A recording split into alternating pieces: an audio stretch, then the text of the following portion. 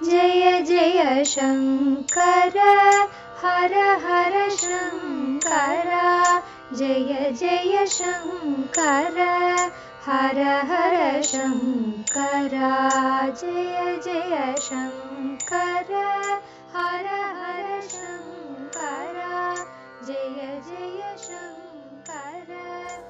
அத்வைதம் தெய்வத்தின் குரல் 6ஆம் பாகம். அத்வைத சாதனை. சமாதானத்தில் கண்டிப்பு. சமாதானம் என்பது பிரம்மம் சம்பந்தமான விஷயங்களிலேயே புத்தியை பூர்ணமாக ஸ்தாபனம் செய்வது. சம்யக் ஆஸ்தாபனம் புத்தேக சுத்தே பிரம்மணி சர்வதா தத் சமாதானம் இத்யுக்தம் ந து சித்தஸ்ய லாலனம் ந து சித்தஸ்ய லாலனம். புத்தியை பற்றி ஸ்லோக ஆரம்பத்திலேயே சொன்ன ஆச்சாரியால் இங்கே முடிகிற பாதத்தில் சித்தத்தை பற்றி சொல்கிறார். புத்தி, மனஸ், அகங்காரம் என்ற மூன்றுக்கும் பொதுவான எண்ணம் என்பதற்கு உற்பத்தி ஸ்தானமாயிருப்பதே சித்தம். ஆகையால் சந்தர்ப்பத்தை பொறுத்து அதுவே மனஸ் என்றும் புத்தி என்றும் கூட அர்த்தம் கொடுக்கும். இங்கே புத்தியை ஐகாக்கிரியப்படுத்துவதை சொன்னவுடன் சித்தத்தை பற்றி சொல்வதால் அதையும் புத்தி என்றே வைத்துக் கொள்ளலாம். அல்லது எண்ணத்தை உற்பத்தி செய்யும் கருவி என்று பொதுப்படையாக வேண்டுமானாலும் வைத்துக் கொள்ளலாம். ந து சித்தஸ்ய லாலனம் என்றால் சித்தத்திற்கு செல்லம் கொடுப்பதல்ல என்று அர்த்தம். லாலனம் என்றால் செல்லம் கொடுப்பது. ஒரு குழந்தை நாம் சொன்ன பேச்சை கேட்கும்படி செய்வதற்காக அதற்கு செல்லம் கொடுத்து மிட்டாய் தருகிறேன் என்று தாஜா பண்ணி காரியம் வாங்கிக் கொள்வது லாலனம். இப்படி சாதகனுக்கும் ஆரம்ப தசையில் கொஞ்சம் விட்டு கொடுத்து தாஜா கீஜா பண்ணி நல்ல வழியில் போக பண்ணுவது உண்டுதான். ஒரே தீவிரமாக நிர்குண பிரம்மத்தில்தான் அவன் சித்தத்தை வைக்க வேண்டும் என்று சொல்லாமல் அந்த தசையில் சகுணமாக ஒரு மூர்த்தியை, பல மூர்த்திகளை வேண்டுமானாலும் நினைத்துவிட்டு போகட்டும் என்று அப்போது விட்டு கொடுத்து தினுசு தினுசு நைவேத்தியம் வரையில் குழந்தைக்கு மிட்டாய் மாதிரி அவனுக்கு காட்டி ஒரு நல்ல வழியில் அப்போது லாலனமாகவே அவனை திருப்பிவிட வேண்டியதுதான். ஆனாலும் சாதனையில் அவன் அட்வான்ஸ் ஆன தசையில் அப்படியெல்லாம் செல்லம் கொடுக்காமல் அதற்கெல்லாம் ஃபுல் ஸ்டாப் வைத்துவிட்டு சுத்தமான நிர்குண பிரம்மத்திலேயேதான் அவனை கண்டிப்புடன் திருப்பிவிட வேண்டும். சிரித்து கொண்டே சொல்கிறார், கண்டிப்பே காட்டாமல் மிட்டாயே கடைசி வரை கொடுத்து கொண்டு போனால் நீர்வியாதிதான் வரும். விட்டு பிடிக்க வேண்டிய மட்டும் முதல் ஸ்டேஜில் விட்டு கொடுத்து விட்டு இப்போது 2வது ஸ்டேஜில் முன்னேற்றம் கண்டு 3வது ஸ்டேஜான சந்நியாசத்திற்கு யோகியதா சித்தி பெற வேண்டிய சமயத்தில் கொஞ்சம் கூட செல்லம் கொடுக்காமல் கண்டிப்பாக பிரம்ம தத்துவத்தை பற்றிய உபதேசங்களிலேயேதான் ஒருத்தனுடைய சித்தத்தை திருப்பிவிட வேண்டும். இது யாரோ வெளி மனுஷியர்கள், குரு போன்றவர் பண்ணுவது மட்டுமில்லை, அவனுமே தன்னைத்தானே லாலனம் பண்ணி கொள்ளாமல் பிரம்ம வித்யை ஒன்றிலேயே நிலைப்படுத்தி கொள்ள வேண்டும். அவனே தனக்கு பண்ணிக்கொள்ள வேண்டிய விஷயமாகத்தான் இங்கே ஆச்சாரியால் அட்வைஸ் பண்ணி இருக்கிறார். அப்பா, ஸ்வச்சமான நிர்குண பிரம்மத்திலேயே புத்தியை நன்றாக ஸ்தாபனம் பண்ணிக்கொள்ளு, அதுதான் சமாதானம். வேறே விஷயத்திலும் புத்தி கொஞ்சம் போனால் போகட்டும், அதை ரொம்பவும் கம்பல் பண்ணி இதற்கே கொண்டு வர வேண்டாம். கொஞ்சம் ஃப்ரீயாக அதை போகவிட்டு அப்புறம் இழுத்து கொள்ளலாம் என்று இன்னமும் லாலனம் பண்ணி கொண்டிருக்காதே. அதை விட்டு கொடுத்து தாஜா பண்ணுவதை ஏதோ ஒரு கட்டத்தில் நிறுத்தத்தானே வேண்டும். அந்த கட்டம் வந்துவிட்டது. அதனால் இனிமேல் கராராக ஏக ஆத்மா, நிர்குண பிரம்மம் என்று அத்வைத பரமாகவே புத்தியை செலுத்த ஆரம்பி என்கிறார். பரமாத்மாவின் ஆறும் ஜீவாத்மாவின் ஆறும்.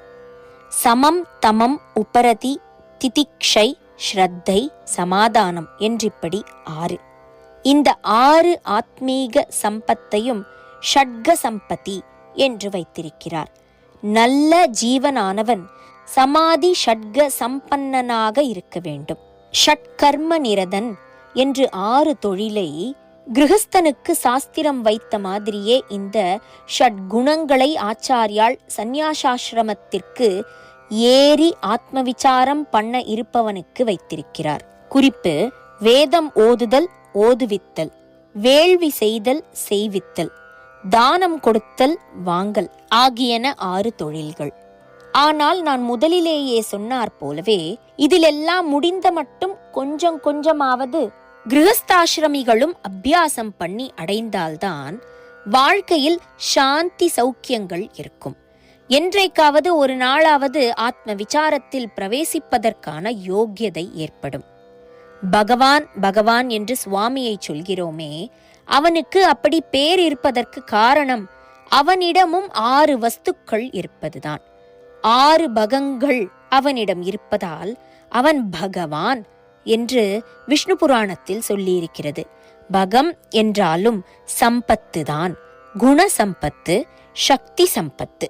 துவாதச ஆதித்யர்கள் என்பதாக 12 சூரியர்கள் உண்டு. அவர்களில் ஒருவனின் பேர் பகன். சூரியன் ஜுவலிப்பது போல கொழுந்து விட்டெரிகிற சிறப்பு குணம் அல்லது சக்திக்கு பகம் என்று பேர். இப்படி 6 கொண்டவன் பகவான். பரமாத்மாவும் ஜீவாத்மா மாதிரியே ஷட்க சம்பன்னனாக இருக்கிறான். அந்த 6 பகங்கள் என்னவென்றால், 1 ஐஸ்வர்யம், ஈஸ்வரனாக அடக்கியாளும் சக்தி.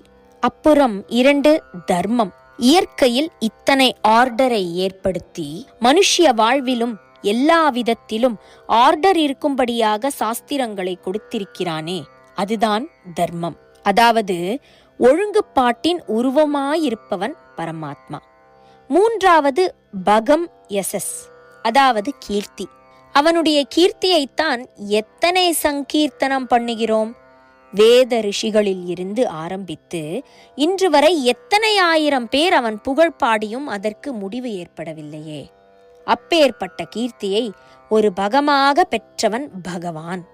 அப்புறம் 4வதாக ஸ்ரீ, அதாவது செல்வம். அத்தனை செல்வமும் அவனிடம் இருந்து வருவதுதானே. நமக்கு தெரிவதாக வெளியில் காணும் இவ்வளவு செல்வமும் கூட அவனிடம் வாஸ்தவமாக உள்ள மகா பெரிய பிரம்மானந்த செல்வத்தில் 1 பைசா 2 பைசா மாயையின் பிரதிபலிப்பில் செல்வம் மாதிரி மினுக்குவதுதான். அப்பேற்பட்ட ஸ்ரீமான் அவன். இத்தனை செல்வம் இருந்தும் அதற்கு வசியமாகாமல் அதில் பற்றில்லாமல் நிற்கும் வைராக்கியம் அவனுடைய இன்னொரு பகம், 5வது பகம். கடைசியாக ஈஸ்வரனாக இருந்து கொண்டு சர்வ லோகங்களையும் கட்டி ஆளும் ஐஸ்வர்யத்தை முதல் பகமாக கொண்ட அந்த பரமாத்மாவே சர்வலோகத்தையும் வெறும் மாயா செப்பிடு வித்தையாக தள்ளிவிட்டு மோக்ஷம் என்ற 6வது பகத்தில் அந்த பகமாகவே பிரம்மமாக இருந்து கொண்டிருக்கிறான். இப்படி 6 விஷ்ணு புராணத்தில் இருக்கிறது. குறிப்பு: ஐஸ்வர்யஸ்ய சமக்ரஸ்ய தர்மஸ்ய யசஸஹ ஸ்ரீயஹ வைராக்கியஸ்யாத் மோக்ஷஸ்ய ஷண்ணாம் பக இதீரணா. வி. பூ 6ஆம் அத்தியாயம் 5.74. பரமாத்மாவுக்கு 6 பக சம்பத்து, ஜீவாத்மாவுக்கு சமம் முதலான 6 சம்பத்து. இந்த ஷட்கத்திற்கு அப்புறம் சாதன சதுஷ்டயத்தில் கடைசியான 4வது அங்கமாக வருவது முமுக்ஷுத்வம். ஜெய ஜெய சங்கர, ஹரஹர சங்கர, மகாபெரியவா சரணம். ஜெய ஜெய சங்கர, ஹர ஹர சங்கர, ஜெய ஜெய சங்கர, ஹர ஹர சங்கர, ஜெய ஜெய சங்கர.